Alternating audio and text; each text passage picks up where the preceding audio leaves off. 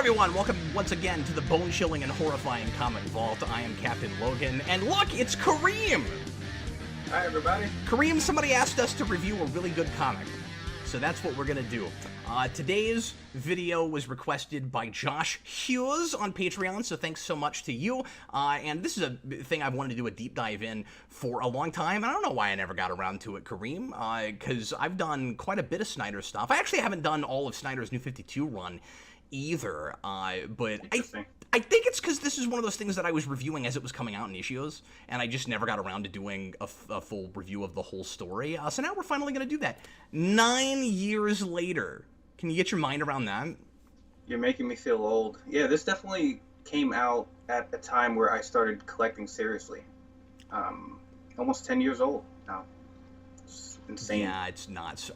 That was just a year, I think, after I started doing that, and so this is pretty early in the history of the channel when I started, reviewing comics and stuff. Wow. I think I was still doing weekly comic reviews at a comic shop when this was coming out. I think I was talking about them on that show.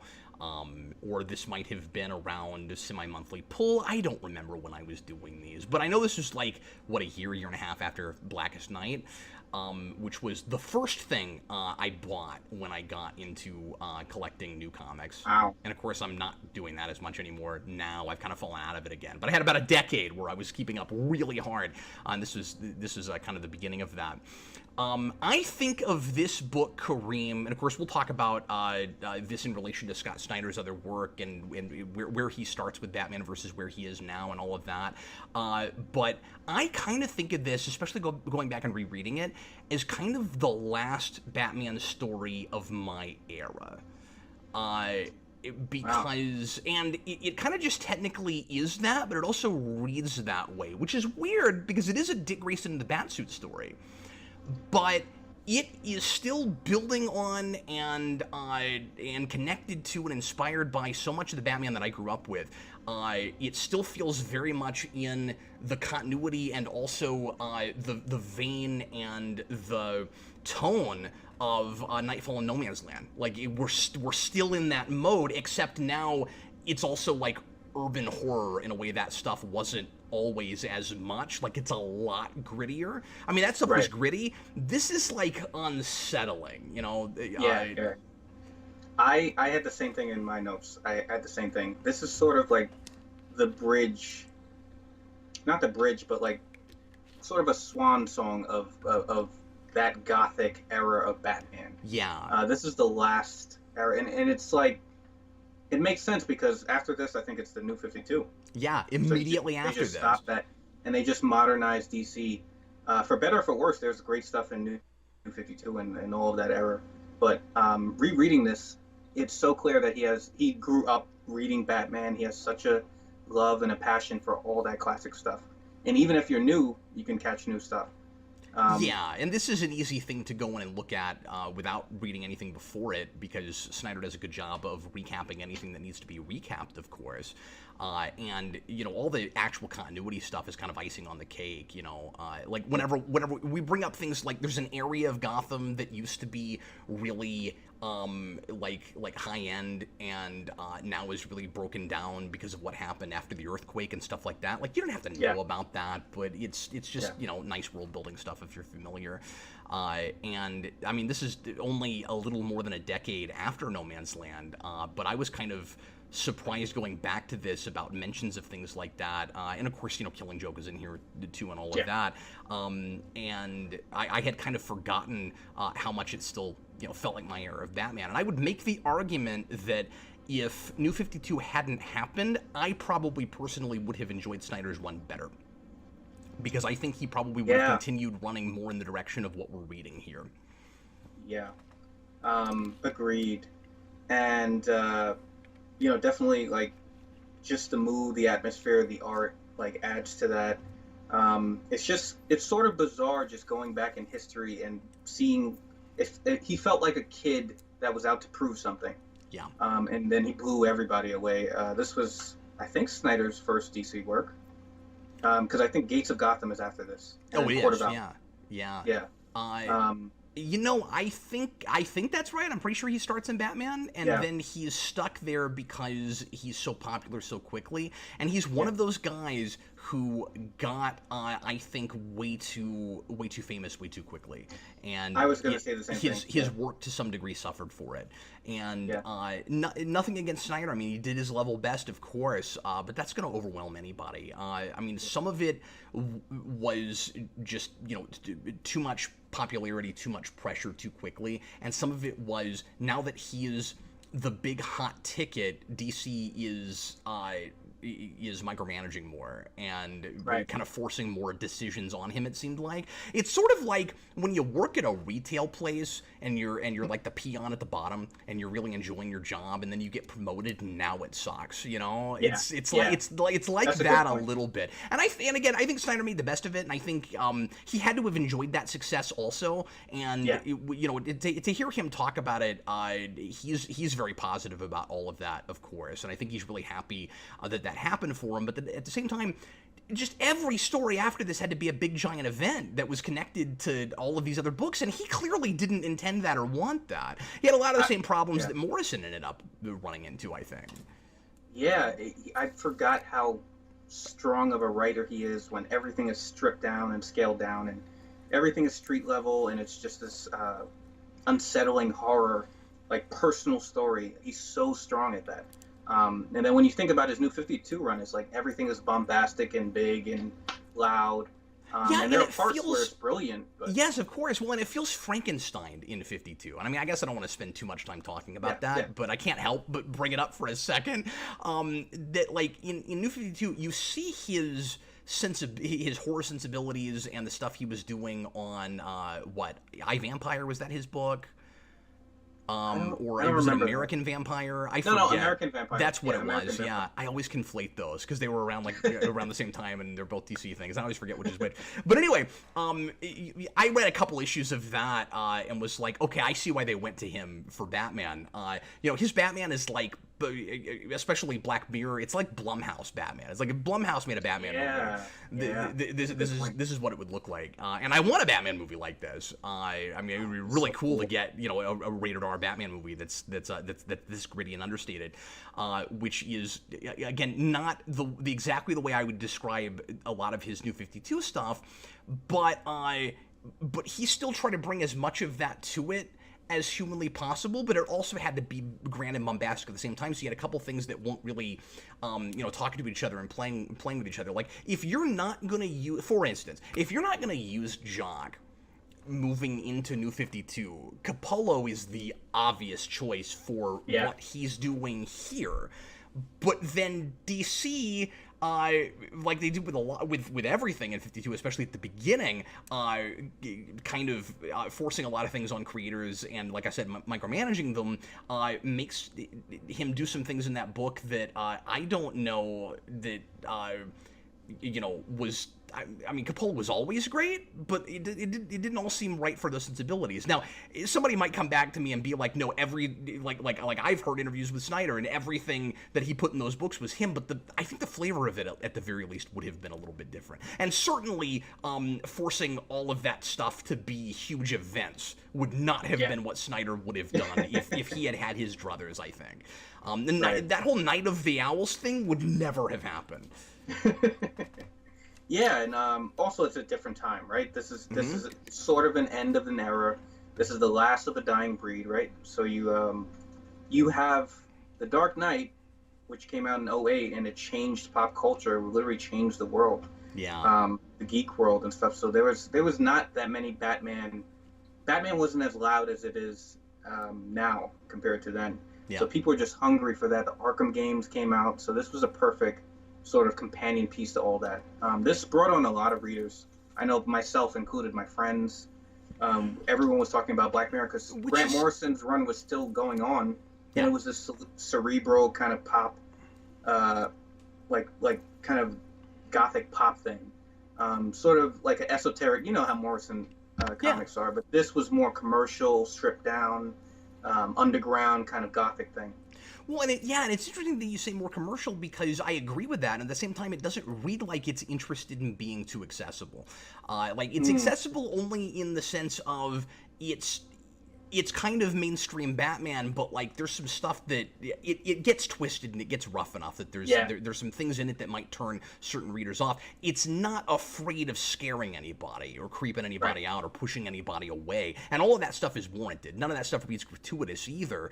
And when you get into 52, obviously Court of the Owls is in a lot of places, especially that issue where you have to turn the book around constantly to look at. It's fantastic. The Labyrinth thing, obviously that gets really unsettling and unnerving as well.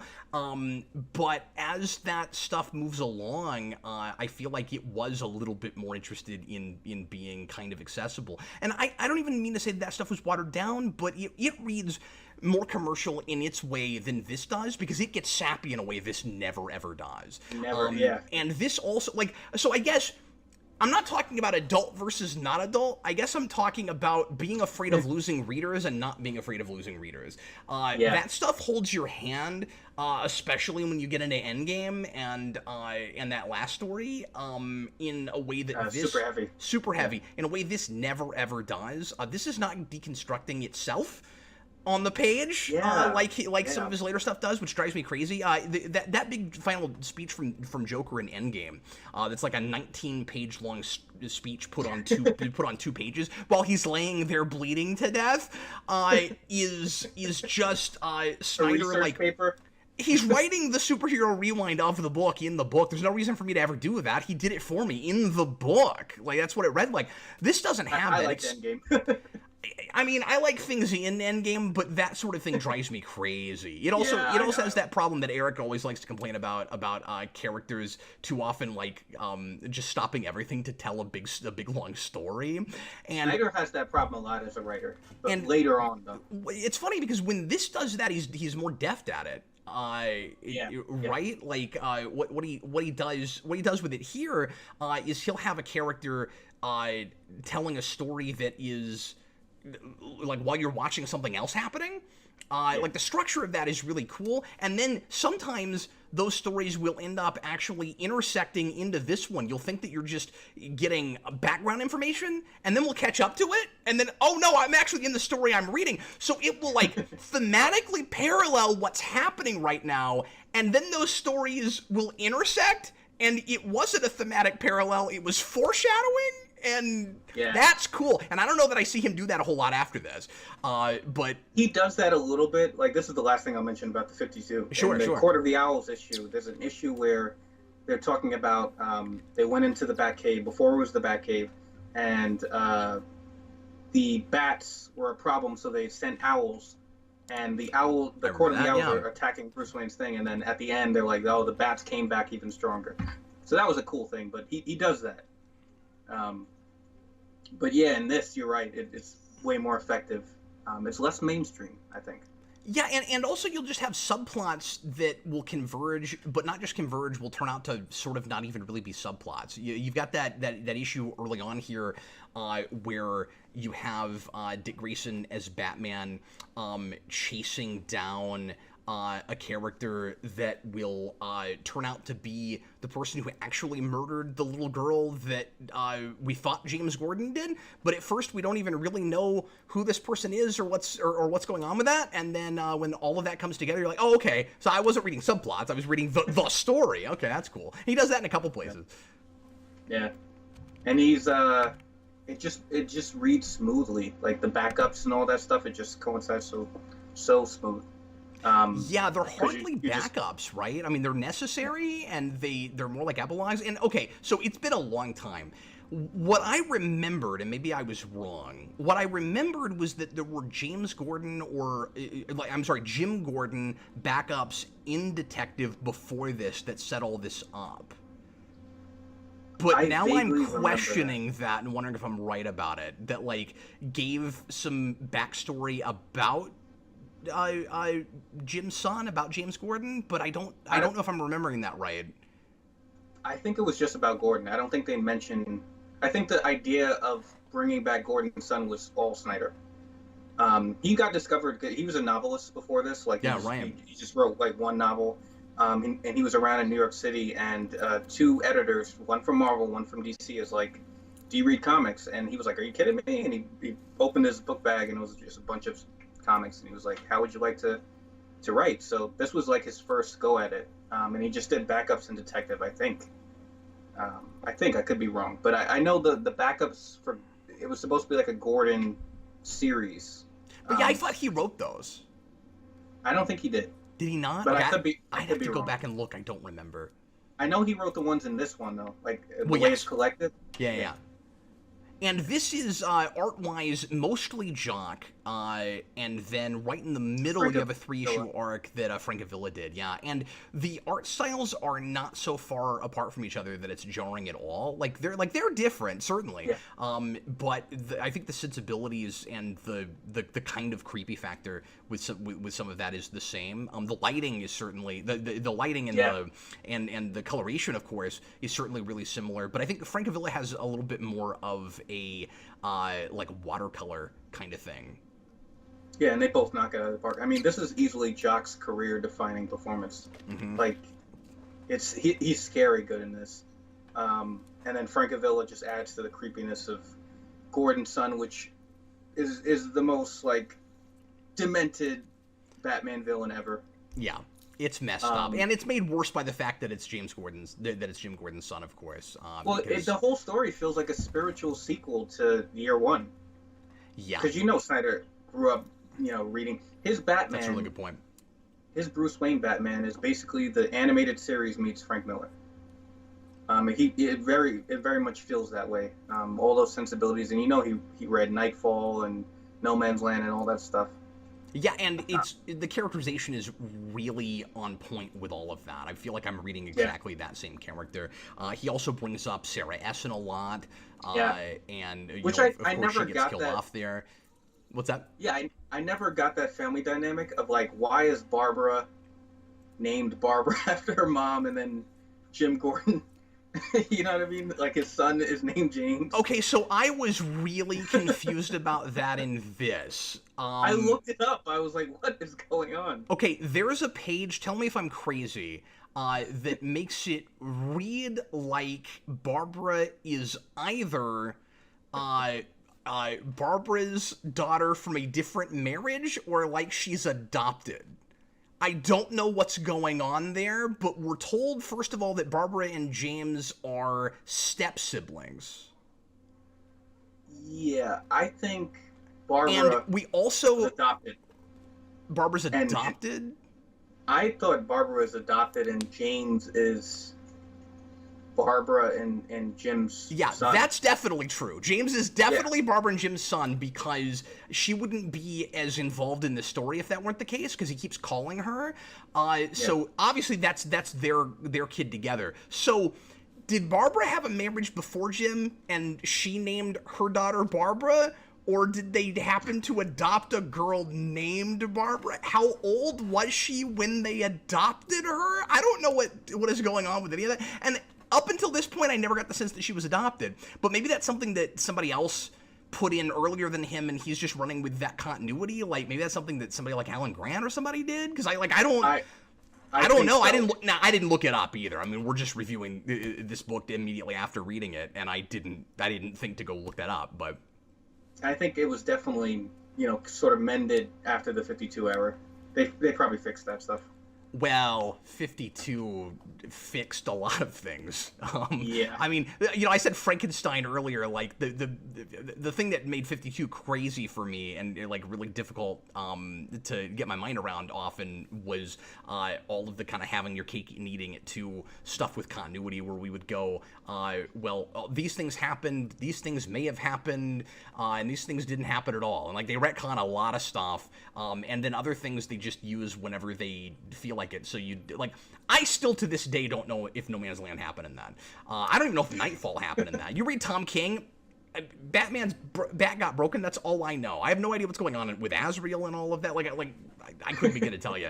And then it was up in the air for a long time if Death of Superman happened. And there was that didn't happen. Okay. And then we bring in Superman from another universe that is the Death of Superman. And oh god, yeah, no, I mean it was people. It was really complicated. And also there was that whole truncating it all in 10 years thing. You remember that? Or no, 5 years, wasn't it? Batman's been he's been Batman for 5 years. Yeah. Yet he has a 10-year-old son. Yeah. Well, that's explained with cloning and rapid aging, I think. Maybe.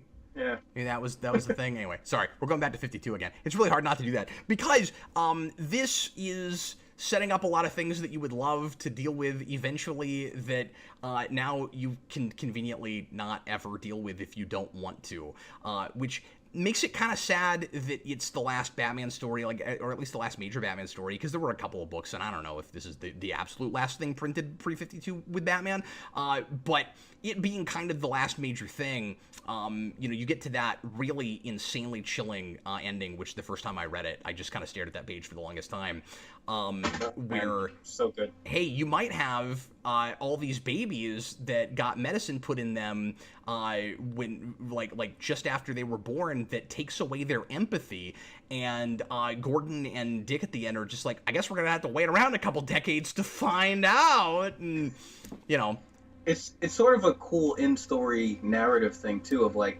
Batman will always be necessary. There's always going to be these evil people out there, and that's a really interesting component too of like what James said about being a psychopath is like the next stage in human evolution. I think. Yeah, but then he forces it. It's sort of like if you just gave a bunch of humans the mutant gene. And then you said, you gave them a medicine that turned them into mutants, and then you said, oh yeah, it was evolution. So, like, I love that he says that, but then he has to force it to happen, which kind of, contradicts his whole notion in the first place. But, I guess we're getting a little bit ahead of ourselves. But, but it also, to your point, Kareem, speaks to the idea that there is something broken in Gotham, and there always will be something broken in Gotham, and that is not a thing we can ever fix either. I love the kind of debate in this about whether it is superstitious to consider Gotham nearly a personified entity that just has something really wrong with it, almost like it itself has a mental condition. Yeah. And that's something that Snyder likes to run with a lot, too, in later things. I was going to say, yeah. Sorry, go ahead. No. I was going to say, like, Snyder does it very well here, and he kind of runs it into the ground a little bit out of his career. He overuses it a little bit, but Gotham as a character almost is done very well here. Yeah, and again, I like how thoughtful and nuanced it is, where he's not doing it for style. Later on, he does it in that Miller way, and nothing against Miller, but he just gets really Frank Miller with it, where it's like he does that kind of. I can feel the heartbeat of my city as I'm running over its rooftops. He does that sort of thing more. Yeah. Gotham is staring into my very soul. Yeah, this isn't that. This is like a much more sober way of looking at it, where you have like through the eyes of Dick Grayson, he's just a lot more grounded and level-headed than Bruce Wayne. He doesn't romanticize Gotham the way that Bruce does, and we'll want to talk about the kind of interesting comparison contrast that we do here with Dick as Batman, because this is hands down the best Dick as Batman story, and it's the last of them. Hands down, yeah. And he does such a good job of making him a really interesting alternate Batman, but saying through the entire thing, this isn't Batman. And it never feels like this is a phony putting on a Batman costume. Part of the reason is because Dick has been around for years now. Like he's the first Robin, and that would most likely be the dude to take up the mantle. But yeah, you're right with the contrast of Dick prefers to be up in the clouds to see Gotham from above, and Bruce always loved to be on the ground to see everything. Well, that's a real, I mean, and there's so many different places where it will take an example like that and say this is why Dick is different than Batman. But I was getting at something and I can't remember exactly what it was. But no, you're fine. But you've got. But you've got that kind of personified, but more like I said, soberly done. Gotham as a character thing, where you've got Jim at the end saying, I mean, is there something like in the very stones of the building, you can almost like, hear it in his voice, so to speak, read it between the lines, where he's like, I know I sound like a crazy person when I say this, but it's like nothing we do is making the city any less insane. And we also talk about how Gotham is constantly changing. And not for the better, and I like that a lot. Where very often Gotham is portrayed as this city never changes, and here it's changing all the time. But as it's always changing, it's also never changing.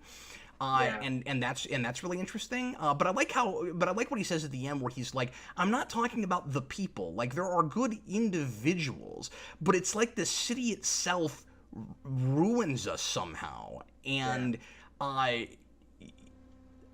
making Jim Gordon's son a psychopath is like one of the most tragic things that ever happens in Batman. And it's a brilliant idea, because it's like, is he like that because Jim just got unlucky? Is it just genetic? Or is he like the personification of what has happened to Gotham, and like the guy who is within the letter of the law trying to desperately fix this city? He has a son and he turns out like that. Is that why that is, or does that have something to do with it? It's a fascinating notion. It walks the line of being supernatural, or is it something like criminal wise in the city that just corrupts people? And that chapter with that issue with Gordon talking about the snow, like, I hate the snow because it covers up everything. It's so brilliant. But yeah, this and you gotta wonder how Batman himself feels about the snow when he says that. He probably doesn't care.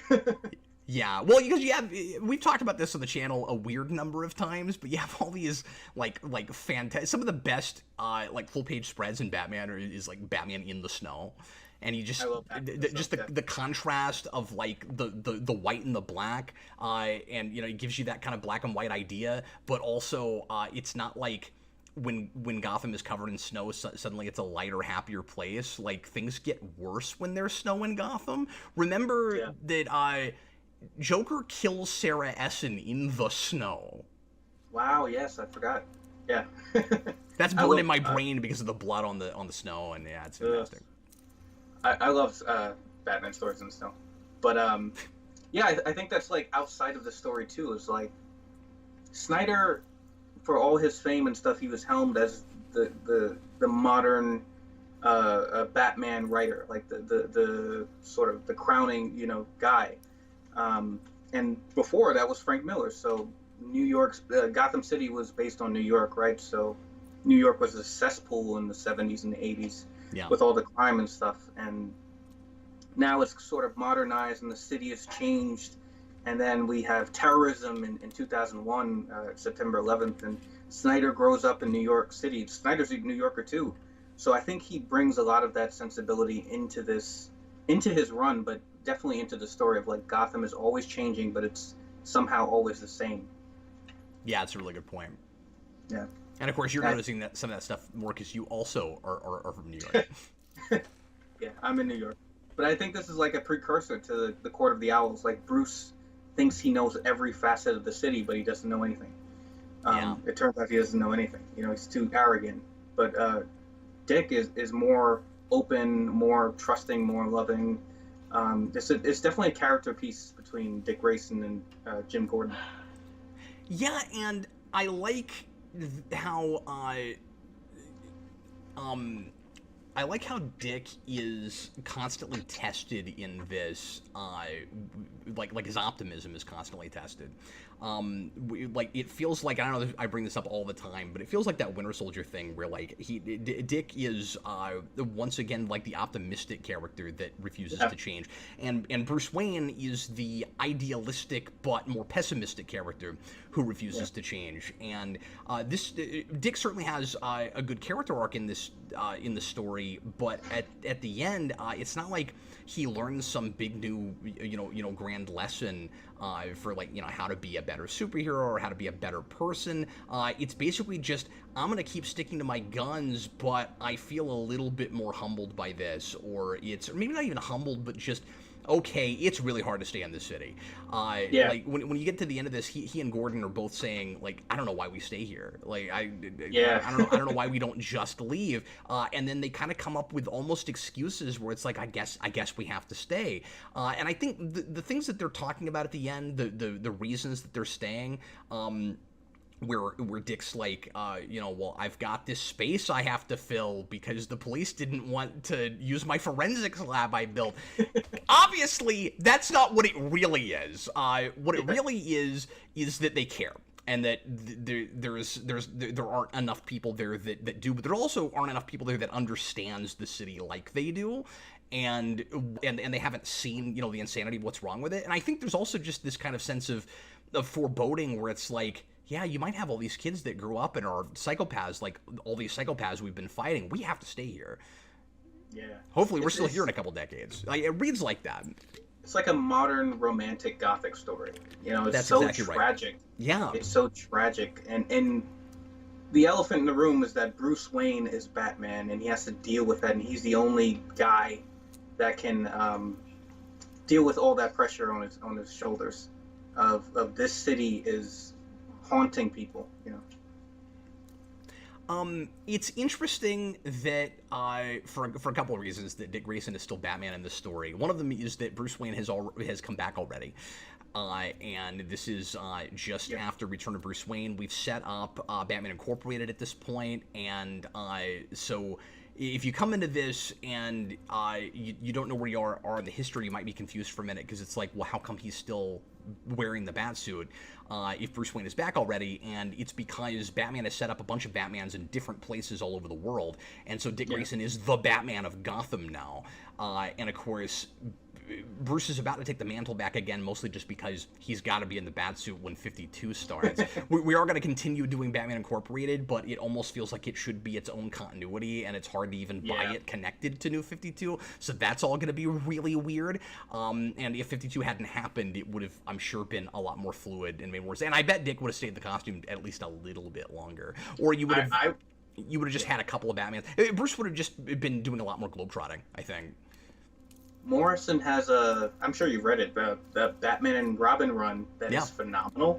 Like, that's the best part of his run. I haven't read all of it, but I've read some of it, yeah. Dick Grayson is Batman and Damian is Robin. Right. And you have this, like, smiling Batman and this, like, really grim Robin. It's such a good run. But and I also love, by the way, I'm jumping all over the place, but I love that the smiling Batman thing is what starts all this in the first place. That's what gets the ball rolling, because if James Gordon hadn't seen that and put two and two together and knew that Dick Grayson must be Batman, he wouldn't have even come back. That's the whole reason this happens in the first place. Dude, I missed that in Batman, because does he know now? Like, after the 52, I don't think Gordon knows that Bruce Wayne is Batman. No, and I don't even know if they're playing it ambiguous. Like, there's like a head nod in this where it's like, okay, obviously. Yeah, at the end. No, even in the middle. There's that, or maybe it is at the end. Where he's like, thank you for everything. No, I mean for everything. Oh, okay. And we're acknowledging very subtly in the panels that Gordon knows that Dick Grayson is Batman, and that of course means that he knows that Bruce is. But if you read No Man's Land, they also nearly come right out and say it there. Yeah. There's a really great. Should be more famous than it is. There's a, and I forget who wrote it, but because of course that's written by 4 or 5 different writers. But there's a really great 2-page spread where they're having a conversation, and Bruce, I think, almost takes his mask off, and Gordon says, I remember that. No, don't do that. But I know, but I don't need to know, or I don't want to know. That whole scene. So I mean, like, yeah, we're still playing it even up to this point before you get to New 52. Like, he knows, but it's an unspoken thing between them. They're not going to talk about it, and we get that here with Dick, which is great. Yeah. Yeah, and like I said, every blink and you miss it. I was really surprised going back to this, seeing just how subtle a lot of this is. Yeah, it's not in your face. It's not, and we're not deconstructing Batman every single time. No, this is a straightforward story. There's a lot of really interesting thematic stuff to read into it, but it's a really straightforward story. Yeah.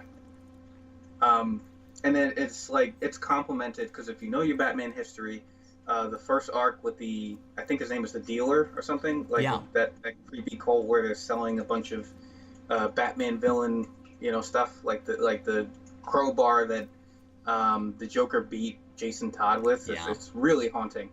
But if you know your Batman history, it's like it's very rewarding to see all that stuff. Yeah, well, and let's kind of jump real quick into each of the three arcs of this. Now that you've brought us there, if you don't mind, Yeah. because I have a lot to say about that, about the dealer and particularly the crowbar bit.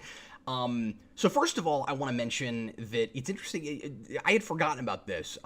This story is just all lumped together as Black Mirror, but Black Mirror is actually the title of the middle section, and it's actually three arcs that each get their own titles, but it is one story through the 9 issues. I think it's just 9, and so it reads like a mini run. It's kind of interesting. Yeah. The way it's structured, and the way it's titled. Yeah, I think one is like skeleton cases or whatever. Like, Skeleton I forget. Cases, Skeleton Key, and then the beginning of this is called something else. I forget. Like, the whole thing altogether is Black Mirror, but I think... Oh, no, maybe it's just the beginning. Yeah, it's the first 3 issues that are called Black Mirror, and then after that... Oh, wow. They get... Yeah, because you remember there's a whole thing about the mirror room?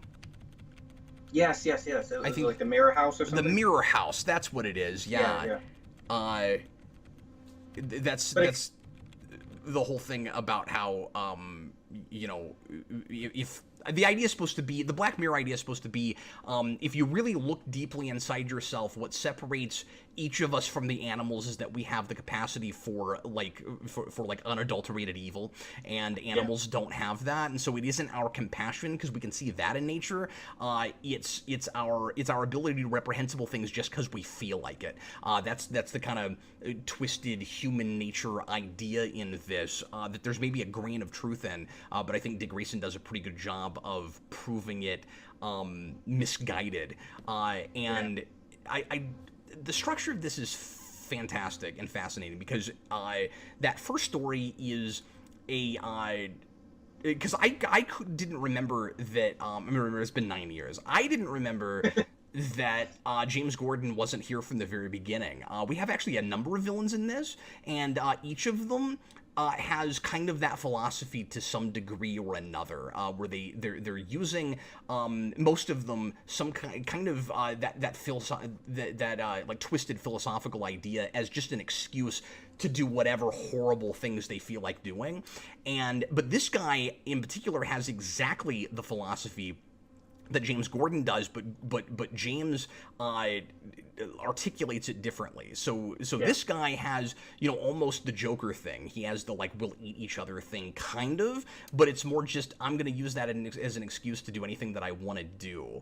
And also we worship evil because of that. Like, that's what sets us apart from the animals. It isn't that those of us that are evil are better than those of us that aren't. It's that we're all that way, and only some of us have just realized it, which is somewhat akin to what the Joker is saying in The Dark Knight, right? There's a little bit of that there, and then it's not the same thing, but there's a little bit of that notion. There's some similarities. That, like, we're just pretending to be compassionate and logical, but we're fooling ourselves. That's not really what we are. And then when you get to the end, it turns out that's all foreshadowing for James Gordon, and he takes it a step further, and he says, if you don't have compassion, if you're born without it, like, he's saying that it is natural, like that guy was saying, to be evil, but some of us are actually better than others of us, because not only do we realize it, but we don't have compassion at all, and that makes us even less like the animals, basically, is what he's saying. And I like that, for a couple of reasons, that he is actually connected then to the dealer at the beginning, because we didn't realize that he was involved in all that, and it turns out that he made that happen also, which could have been really convenient and irritatingly retroactive, but it actually makes the whole thing work better, because I had the question of, why is he here at the same time as this guy? That seemed a little too easy. He actually made that happen in the first place. So if he's there at the beginning and those two things are happening simultaneously, it's actually more believable because he's behind it. Yeah, I didn't even think of that. You're right. And I like that these guys are new villains because it kind of adds to the theme of like, this is always going to happen. There's They something all wrong are. with the city. In Yeah. the middle of this, we have two other new villains, and not that I ever need to see any of them again. You know, like Tiger Shark. I don't need to see that guy again. The lamest dude ever. Yeah, he's pretty lame. Does he have a guy talk to like what he thinks or something? He's like, Tiger Shark doesn't like you. Yeah, he just stands, and then there's a place where the levity in this book is great because again, it's really subtle and it's pretty easy to miss. And this is a pretty heavy book, but the the compassion of the main character shines through so much that there's always some heart. There's always that human element to it, which you have to contrast your worshiping evil villains who think that it's good not to have that. So obviously, this has to be a Dick Grayson story. What I'm saying is this story does not work if it's Bruce Wayne. That's what I'm saying. But yeah, so like you get Tiger Shark and you get there's that other guy. I can't remember who he is right now. With the metal leg? Yeah, and the only regular villain that's in this at all is the Joker, and at the end, and he's in the background. We think that he is doing things that he's actually being framed for by James Gordon. And I love that too. I love that beyond that, the only stuff we get is paraphernalia. So the Batman villains are present here in that they're part of that scary heart of Gotham, right? And so I like that they're represented, but only in the stuff they left behind. So you have, I mean, I guess the Joker's even there from the beginning with the crowbar, but you've got, Mad Hatter's card thing, and you have Scarecrow toxin that's used later, and we keep doing this all throughout. It's not just at the beginning with all that paraphernalia at the auction, which is a really neat idea, and I can't believe we've never done that before. Yeah, like a black market of Batman's villains. Even the Killer Croc thing, the Killer Croc kid, which always creeps me out. Yeah, that's nuts. Well, yeah, and I had forgotten. I didn't even think about that. It's the black market, in a book called Black Mirror. I don't know if that's intentional. Yeah. That's I kind didn't even think of that too. That's kind of fun. Yeah. But anyway, and so you only have Joker there at the end. I mean, some of it is maybe a little bit gimmicky. I mean, it works, like I buy into it, but some of it I think is there for the sake of the drama in the moment of thinking, oh no, Joker is going after yet another woman that Gordon has been involved with. And then it turns out that it isn't that. And again, the book keeps making me think it's doing really convenient things, and then turns around and goes, no, psych, see, it all makes sense, it all works, it all comes together. Because like in that very moment, I'm like, well, this is way too easy that he would like be there already, because Gordon is calling out Barbara at the end of this. The Joker's escaped and he might be coming after you. And she goes, why in the world would he come after me? Because he always comes after my family and you're the only one left, okay? So just go with it. It might happen. Probably won't. It's a long shot, but it might happen. She goes, how would he even know where he just blows up. Gordon's like, he always knows, okay? Just listen to me. She's like, no, but seriously, I don't think, just do what I'm telling you to do. Take precautions, leave the house. And just as she's about to leave, she gets attacked in the shower. And, or she gets attacked in the place. I guess she's left in the shower. And, I think she's in the shower. And I'm going, okay, Gordon even thought this was a long shot. Really? Joker went right after her right away? Oh, no, he didn't. It was James Gordon, and of course that's who he would go after. Like, I don't know. That's all fantastic. So much about what I love in this is just subverting my expectations and then my feeling like, oh, wait, no, that was the only thing to do. Yeah, and he walks a great line of, like, the subtlety in putting that on his head. Like, all those common tropes we do in Batman stories, he walks that fine line. It's very subtle. Yeah. The thing about the Joker, Snyder's Joker is never funny. Like I like a Joker that's like kind of darkly funny. I don't love the way he writes the Joker. He's too cryptic. He's too kind of sing-songy. Yeah, I don't like that he's not like. Usually I kind of chuckle and then hit myself for laughing at the Joker. And I don't like that he's not funny. But anyways, that's a small part of that book. Yeah, it's not a big problem. Yeah. I mean, it becomes more problematic later just because I have to read lengthy stories with his Joker, and I don't love the way he writes him. Like, I like things he does. I don't mind his characterization. I just don't love his dialogue, I guess, is the thing. Like, he He's reads too like preachy. yeah, he reads like another like Batman storybook type villain. He reads like he too has read too much Alice in Wonderland. He's got a little bit of that. Now I do like what he does with him here, where there are moments of lucidity where he'll be talking really cryptically, and you almost have no idea what he's talking about. And then sometimes he'll just like somebody will ask him something, and he'll just answer directly and just be like, "No, that guy sucks." That's always funny. That's the one time he's funny is when he suddenly starts talking like a normal person. Well, it's funny because Snyder is heavily. I mean, a lot of these writers at this time were heavily influenced by Grant Morrison's run because it was like a 6-year-old run, right? Or 5-year-old run. Yeah. So the thing with the Joker, where he's like, I came down here to, I forget what he says, like change myself, like drop my skin or something. That's a Morrison thing. Grant Morrison writes the Joker like he constantly reinvents himself. Yeah. So Snyder takes a lot of that stuff, especially in his 52 run, but like the idea of these cult worshippers worshiping evil is a Morrison thing too. Yeah. But he just kind of makes it fun and new and accessible here. Yeah, and it doesn't read like he's trying to channel Morrison. You kind of have to, at least for the sake of continuity, and obviously continuity is not the most important thing, but you've always got that question of, are we reading just a singular story that fits into a greater continuity, or are we telling an ongoing larger narrative? And there is some ongoing larger narrative going on here because the basic status quo is Batman Incorporated right now. So you have to take some of that stuff into consideration, or if you completely ignore it, you need to not ever bring it up at all and not do anything with it. And he's not doing that, so he does need to be in that vein to some degree. But I don't feel like I'm reading Morrison. It's not that Paul Dini thing where it's like, I really wish Morrison wasn't doing what he's doing at all. I'm just going to write a totally different Batman. This isn't that. But then you get into New 52, and the very same writer is kind of forced to go off in a totally not Morrison direction because they don't want to keep going with that. And I still say that Batman Incorporated into New 52 should have been a separate continuity. A separate thing. Yeah. It should have just finished off what it was doing before and not tried to tie itself into the Batman's been Batman for 5 years thing, because it does not work. And Morrison was trying to do a meta thing with that, like Batman being overexposed in a corporate entity, and it should have been its own graphic novel. But anyways, Black Mirror. It's hard not to go to some of that.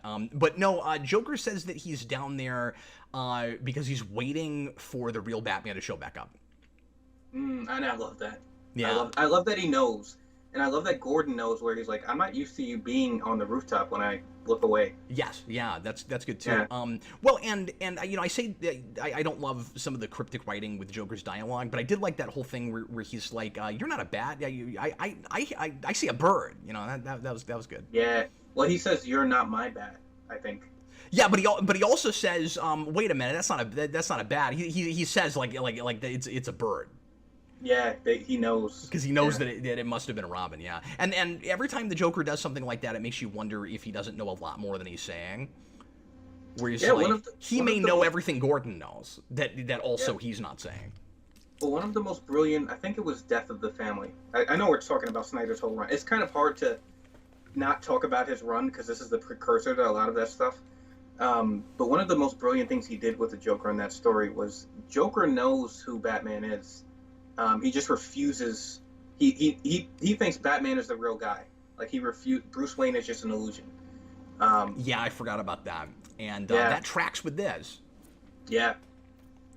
But anyway, so where do we want to go? Because there's some major stuff we haven't talked about yet. We should break down more like Dick Grayson as Batman stuff.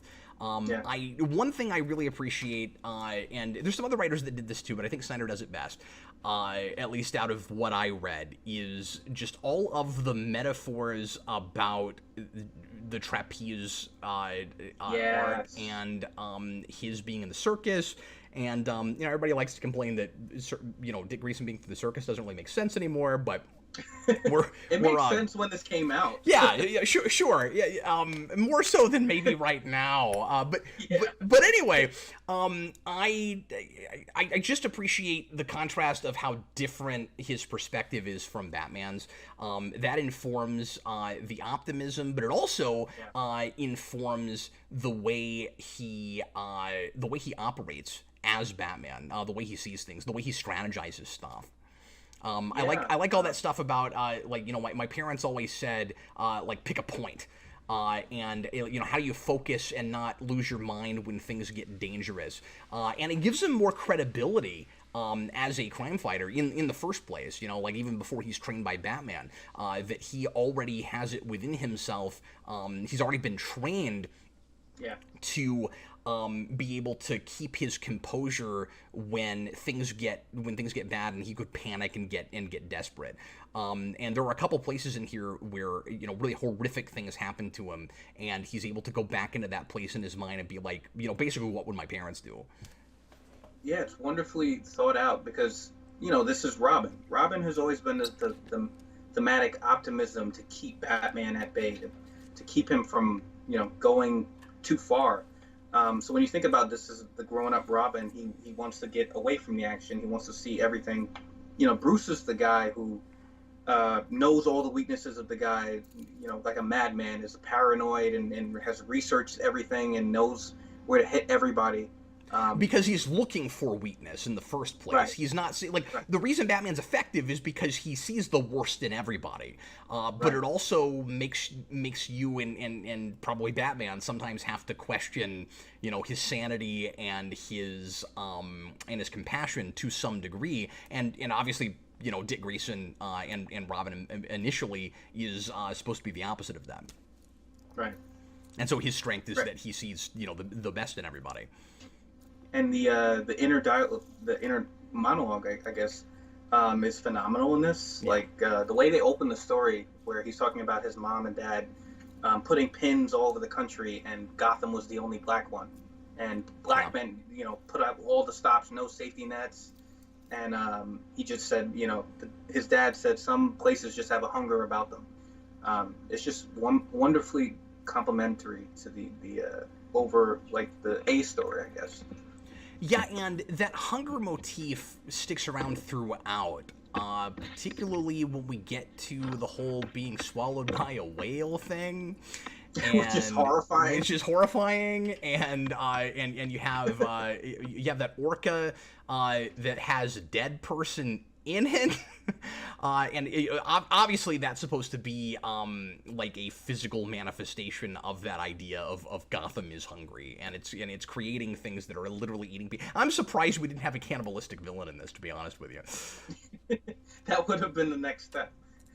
Yeah, I'm kind of glad we didn't go that far, but yeah. I kind of wish there was an alternative. I know we're talking about this a lot, but alternative universe where he kept Snyder on detective. Yeah. And he did these lowbrow detective stories. Like, I love, you know, the personal stripped down Batman stories. I love those stories. Or like understated. It's not lowbrow fiction, right? Like, yeah. No, not lowbrow. Understated. Yeah. But it's really personal. What Snyder does is make the best thing Snyder does is make the stories personal, and he makes the stories personal with Dick Grayson, where it turns out it's Tony Zuko's daughter. It's like such a good twist. And also, like, that's a nice parallel with Gordon, because of course it's personal for Gordon, obviously, because he's dealing with his own psychopathic son, and Zuko's daughter is a fascinating parallel to James Gordon because of the idea of apples not falling far from the tree. So, or actually falling farther from the tree, right? So, Gordon has a son who is his exact opposite in every way. He's almost like his Joker, which is really sad and unfortunate. And then there's that question throughout that arc in the middle about Zuko's daughter, who is changed. So her name is Sonia Zuko, and she has changed her name to Sonia Branch, which is hilarious because she owns a bank. So her name is Branch. That was hilarious. I was waiting for her last name to be Mind.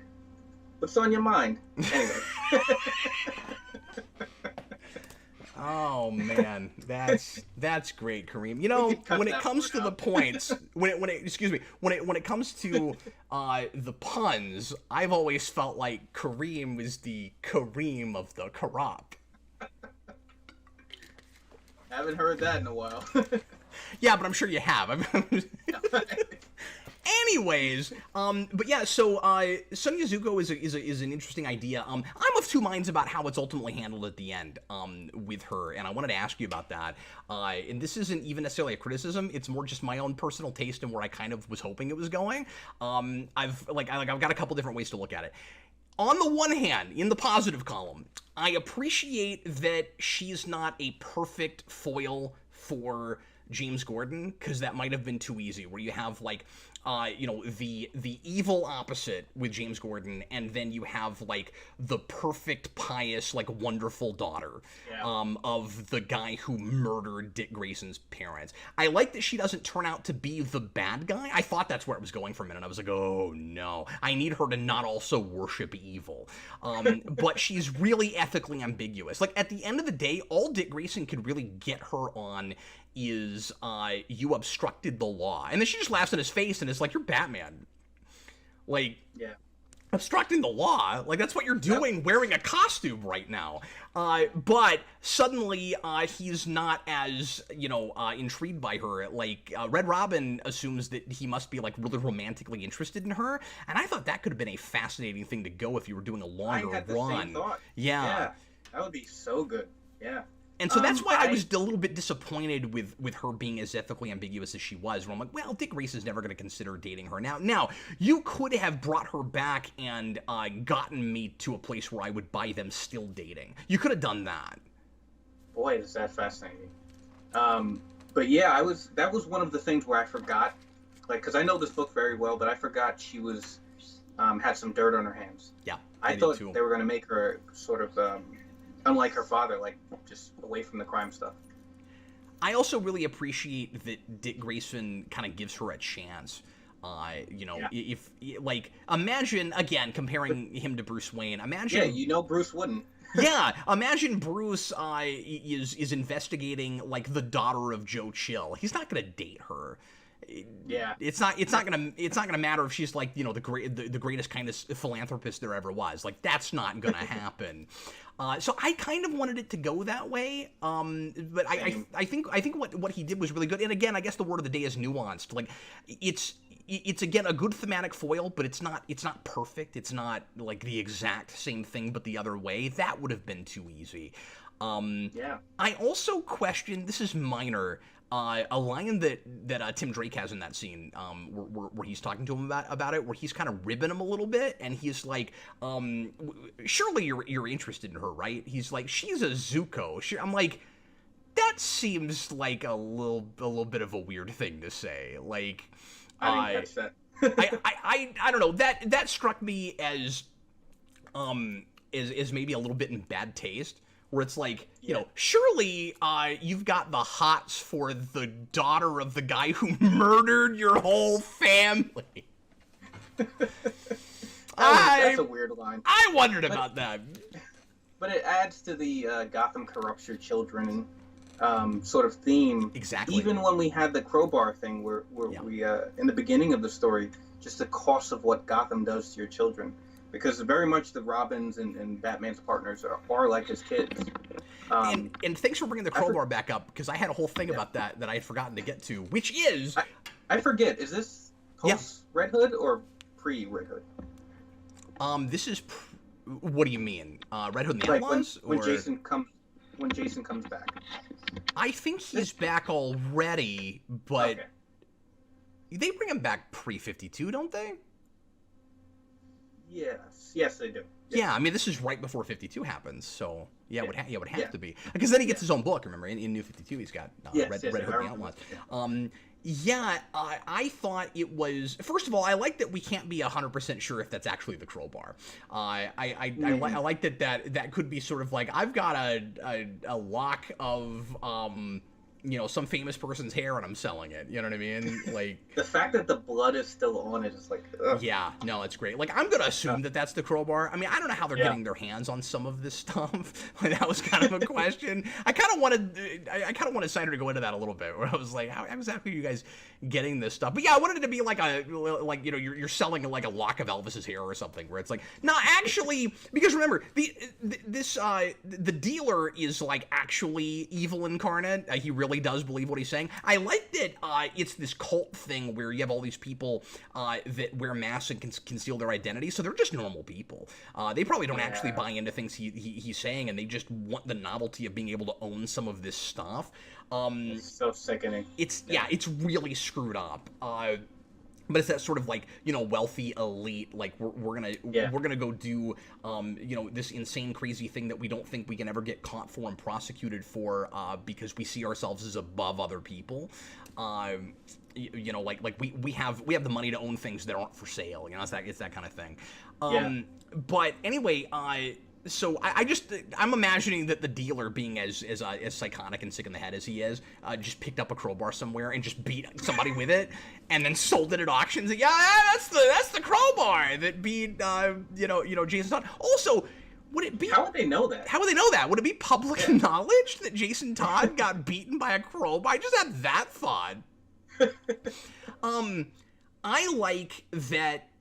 So here's another kind of neat contrast between Bruce Wayne and Dick, and makes you question again Bruce's sanity just a little bit. I also like that Bruce doesn't appear in this story at all. He could have, and he doesn't. Yes. And I really like that. It's not gimmicky at all. Yeah. No, he doesn't have to be here. Well, and there could have been a nice conversation between the two of them at the end or something, but I kind of like that he's never there. Same. Because Dick Grayson needs to really be at the forefront of this. And I probably also, to be fair, would have praised it for not having the Joker in the story if the Joker hadn't been in the story. Yeah. So, like, the way that's handled is really good, but he didn't Batman need to be here. Yeah. Yeah. But anyway, so, with the crowbar, Dick Grayson just says, go throw it in the river. Yeah. Bruce Wayne would have put it in his Batcave. Yeah. And he would put it on display. Yeah, that's a great point. And he does it over a page, and I think that's on purpose. I think he's at first trying to make us, or just guess at what Dick Grayson will do. You just turn the page, and it's just a throwaway line. He just goes, yeah, just throw it in the river, and that's it. And at first I was like, I would think that being the thing that like Jason Todd was murdered with, we'd give it more credence. But that does seem like what Dick Grayson would do. Yeah, and there's a strong like in panel where you can close up on his face to see like, why would I ever keep that? Yeah. I love that stuff. Even in the beginning where he's investigating the dealer, I forget the character with the metal leg, where he's like, this is why we choose Gotham, because we tried Metropolis and I was up in the air. Yeah. And there was Superman there and we can't do anything, but there's something about Gotham that just it feeds us like we need it. It's almost primal. Oh, is the guy with the metal leg, is that Roadrunner? Yeah, I think his name is Roadrunner. Yeah, that's Roadrunner, and he is... Which is the greatest thing ever. Yeah, it's great, and it's Warner Brothers. But yeah, Yeah. So he's Roadrunner, and he's got like I thought his outfit was really interesting. That he's got I don't know what he's wearing. His like car salesman outfit that he's running, where he sells like really high end cars, and then I forget now what exactly is it that he's doing. He's got some kind of like illegal operation with his high end cars. Yeah, I think he sells them to villains or something like that. I forget. Man, I just can't remember right now. I'll see if I can find it. But I wish I had it. Yeah, I'll see if I can find it because I just can't right off remember what it's very inventive. Whole though, thing. It wasn't. Yeah, whatever it was really inventive. I'll find it. I'm not remembering right away.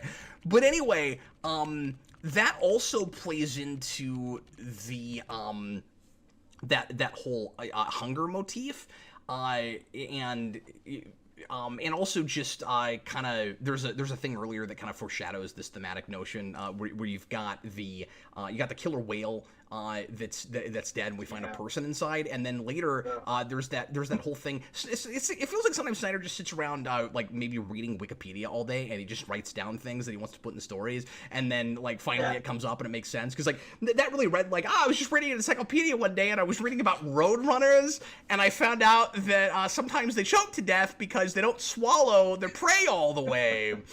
And that fits into that whole motif as well. I'm gonna see if I can find this.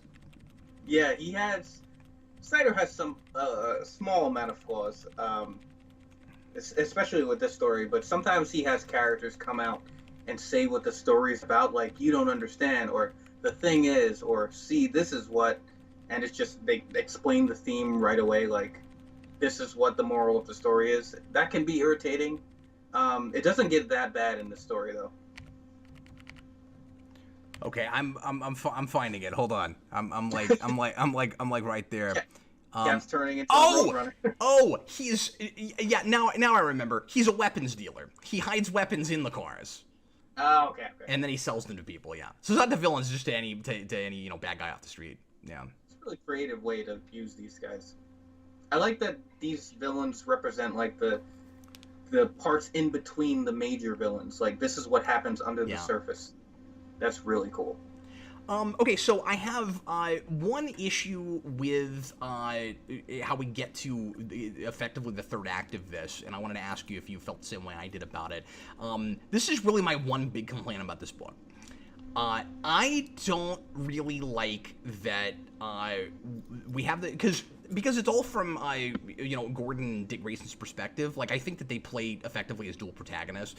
When I read those backup features, because I'm pretty sure that happened, in Detective, I was like, oh, we need to spin off Gordon and give him his own book again. And when we get to this, so cool. We kind of get to have our cake and eat it too, where we get Batman. It's a Batman and Gordon thing. And like you said, that also kind of harkens back to year one a little bit, doesn't it?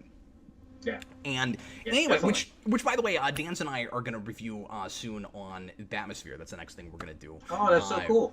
We're going to do a Jim Gordon show, and I would have loved to have done this on Batmosphere, but it was requested and it was coming up, and I wanted to do it with you. So we're doing that, and then we're going to go back and do year one later, because I've never actually reviewed that anywhere. So year one is my favorite Frank Miller Batman story. It's mine too. Yeah, I love year one. So it's all so much from our hero's perspective, and that keeps the whole thing very grounded. And we hardly ever go to anybody else's perspective, except when we want to reveal that indeed James Gordon is the psychopath that we thought he was, and he's cut a guy's arms and legs off. And that's the only problem I have with that. Don't think we should have done that, because now we know for sure that he's not actually in better shape like we were led to believe maybe he was. And I honestly, as twisted as this story is reading all the way through, I could have seen that going either way. I could have seen somebody else being behind some stuff, and maybe James Gordon ends up being like a red herring and he's like a victim in this whole thing. I could have seen that happening. That would have been interesting. Because he says, he's been taking this experimental drug, and it's helping him to finally get some semblance of empathy, and he's been helping out Leslie Tompkins at a center helping out children. And it turns out that that's how he's been doing his horrifying master plan, which is to try to taint the baby bottles, or the baby formula of babies all across. I know it freaks me out, especially as a dad. I can't deal with that. All across Gotham, to give them a drug that actually does the opposite of what he's saying and turns them into him. This is, I think, by the way, maybe the best the villain wants to make everybody else them stories I've read in comics, or at least it's one of the best ones. This is Magneto again, this is the Lizard again, but it's done way better than those. Definitely better than the Lizard. Better than the Lizard, yeah. Where he said, the Magneto thing is pretty good, but he says, I want to turn everybody into me, because I think that I'm superior and almost more godlike because I don't have empathy, and that makes me better than everybody else. And we're supposed to wonder for a long time what's actually happening. Also, we're thrown off the trail when we discover that that girl that Barbara Gordon thought he murdered when he was a kid, he didn't actually murder. And she gets, by the way, an I told you so moment at the end, where it's like, no, I knew that he was bad the whole time, but at some point she should have to be told, yeah, okay, you did turn out to be right about all this, but that girl that you said he killed, he actually didn't kill. So we had a good reason. I misunderstood that. I thought he did kill her, and the killer that was going out and being like a serial killer, he wanted to kill James, and James was smiling at him. Oh, is that what it was? Maybe I misread that. I misread. Really I thought that was supposed to send us off the trail where that was like the one crime he actually didn't commit. No, you're right, because he's got the keychain. I forgot about that. Yeah, he's got that bat keychain. Well, the best thing about this book, just to answer, go ahead. The stretching of like, is this guy stable or not? The art is just amazing because he's off. There's something wrong with him. Yep. He looks like a younger Gordon. The jokes he makes are it gets under your skin. Like he's like, hey Dad, and it was like, oh, where have I been? Like I've killed the waitress or whatever in the bathroom. And he's like, that's a joke. I'm sorry, I don't really get humor. Yeah. But yeah, to answer that is like the reveal of when he's cutting the dude up. Now we know something that the main characters don't know. So it kind of like loses its momentum a little bit. I prefer if they stretched it, and the reveal be like the knives in Barbara's legs. Yeah, well, and I don't even think that would be the point to tell us. Like, I don't think the issue is that it's revealed too early. I think the issue is that we have to watch our characters, our protagonists, catch up to what we know already. Because I was with them, and and I was in their heads, and now I'm taken out because now I know something that they don't. And that's not the way I would have wanted that. And you can reveal that in a horrifying way. It just needs to be in the same scene with either Gordon or Dick Grayson or both. Yeah, that was the only thing that pulled me out too. Yeah.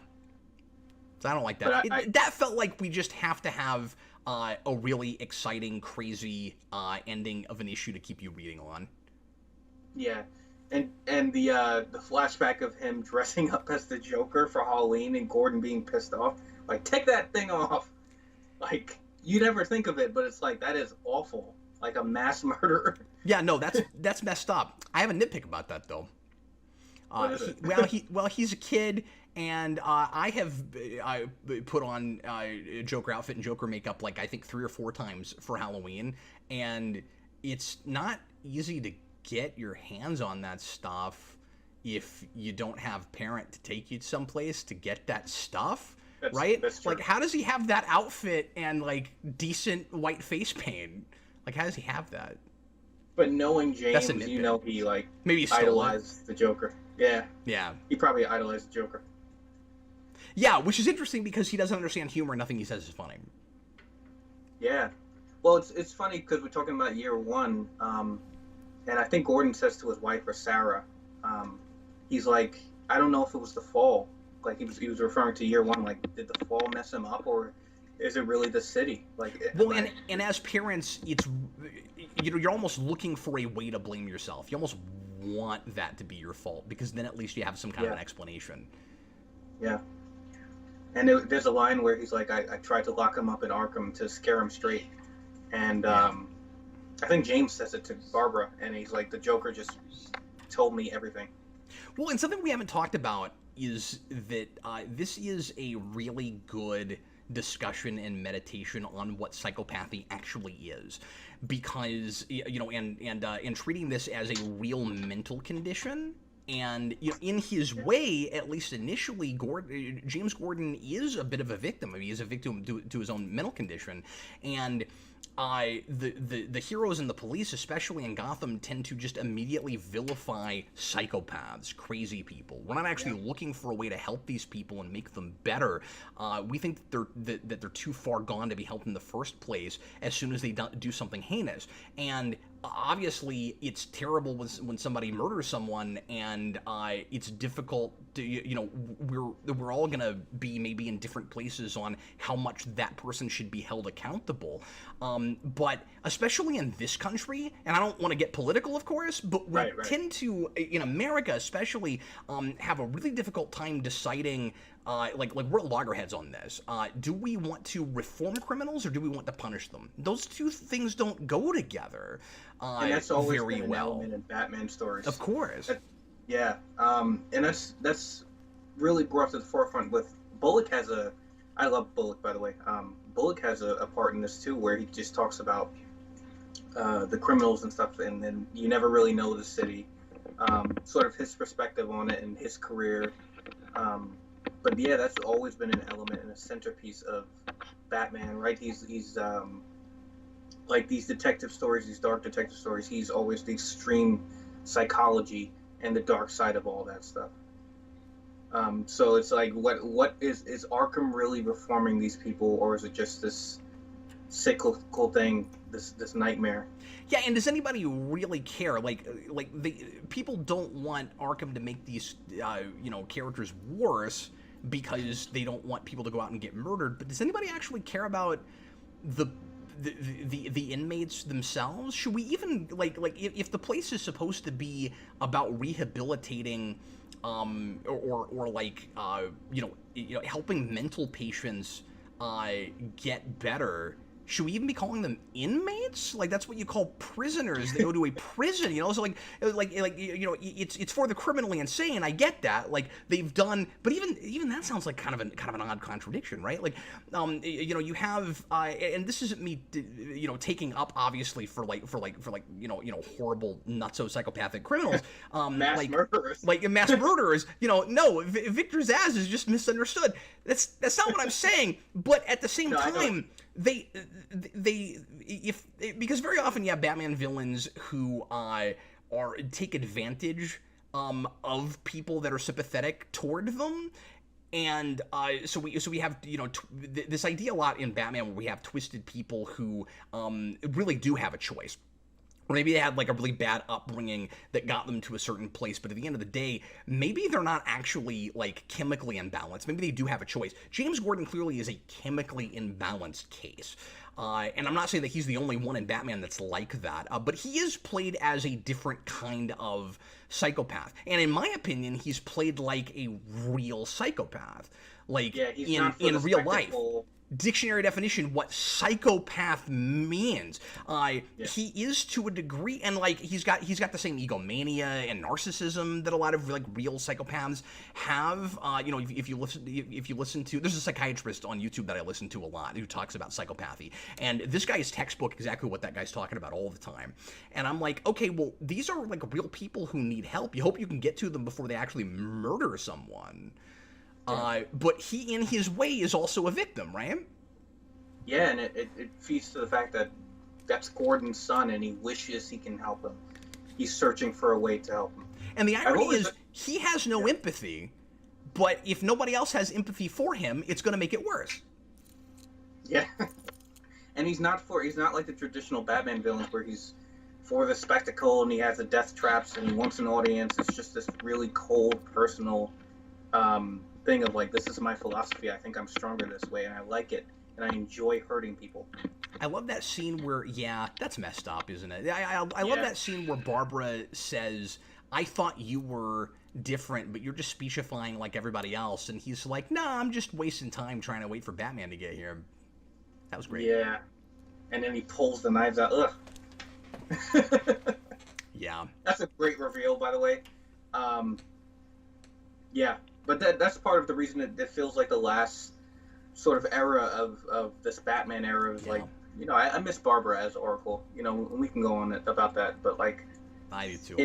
It brings all of that, because if you read Killing Joke, if you know No Man's Land, if you've read all these kind of stories, it's like it feels that much more personal, like you're with these characters, and it's that more tragic when it's Gordon. It's the best guy, and this is his son.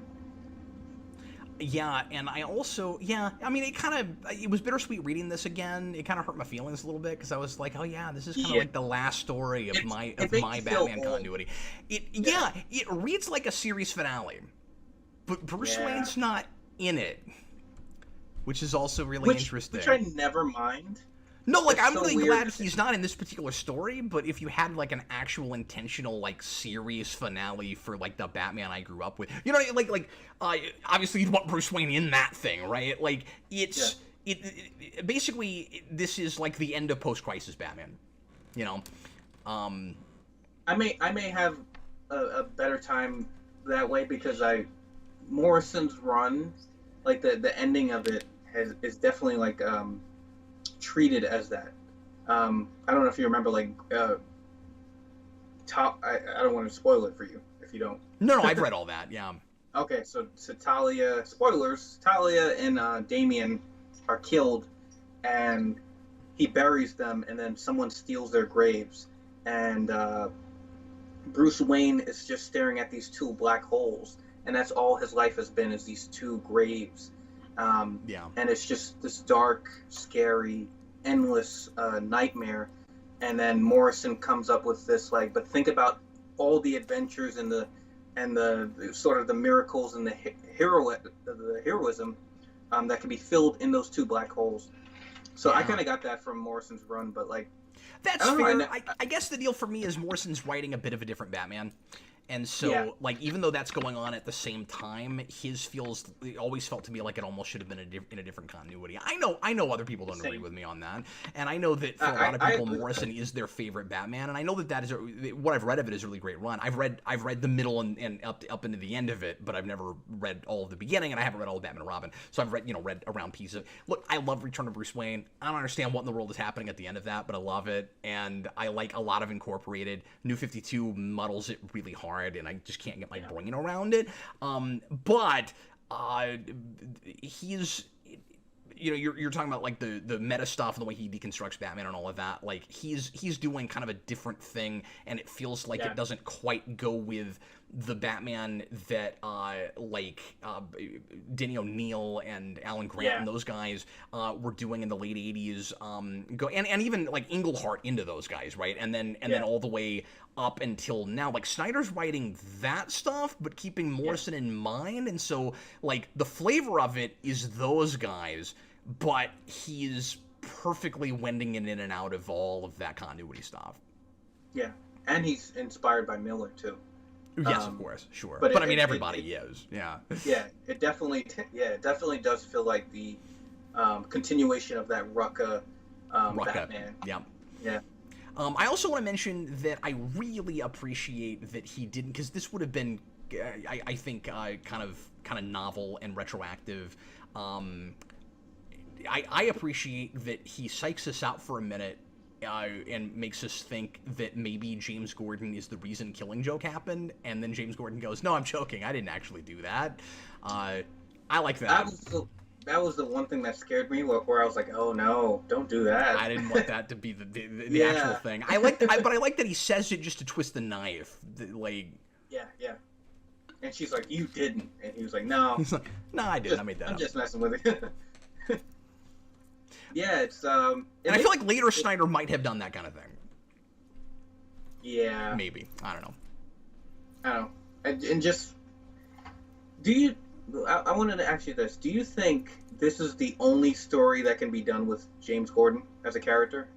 Well, I know we brought him back and did more things with him later, but I don't know if they're any good. Yeah, well, I believe he's in Gail Simone's Batgirl run in New 52, and then I think even after that we did stuff, and I think we've reformed him and fixed him, but I'm not sure if I'm right about that because I haven't read anything where we brought him back, but I think he's actually not crazy anymore. Yeah, that was really the one complaint I had, which is like... I would have liked to have never brought him back, to be perfectly honest with you. Yeah, this is just a one type of story where you can't really use this character again. He sort of has the Mr. Freeze problem of, like, it's just, it makes sense one time. Yeah, it's the anti-Hush problem, right? Where it's like, we finally brought Hush back and made it better. This time, let's not do that. I'm going to go ahead and look it up real quick. I don't usually do this, but now I'm curious. So I want to know what we did with him post this. But anyway, any final thoughts you have on this before we wrap up, and so that we can stall while I'm looking things up? Um, no, this is if you're new to Batman, this is a great place to begin. And it's like significant because it's like the end of an era, but this is easily Snyder's best. This is easily Snyder's strongest Batman. I mean, I love Zero Year, but this might be stronger than it. I forgot how. I also love Zero Year. And of course, I've enjoyed all the metal stuff and all of that. Like, I think he's come back around. I didn't care for that stuff. Well, that's fair, but I love some of that insane, kind of multiversal stuff, and he made the multiversal stuff kind of fresh again for me. But like, it's nothing like this stuff, obviously. Yeah. But it's horror Batman again, which I appreciate. Yes. Because I feel like he got too far away from that in his run. I mean, it certainly has some of that, obviously, but not as much in Super Heavy, and that's where he kind of lost me. And then when he came back and did that All-Star stuff, that's terrible. we love okay, I might be wrong. I thought we brought him back and kept doing stuff, but unless wikis are just not updated, I'm not finding any of that stuff. So maybe I made all that up. I thought he showed up in some of that Batgirl stuff, but I'm not. I was gonna say, what would be the story? I don't know, but I thought it happened, but apparently not.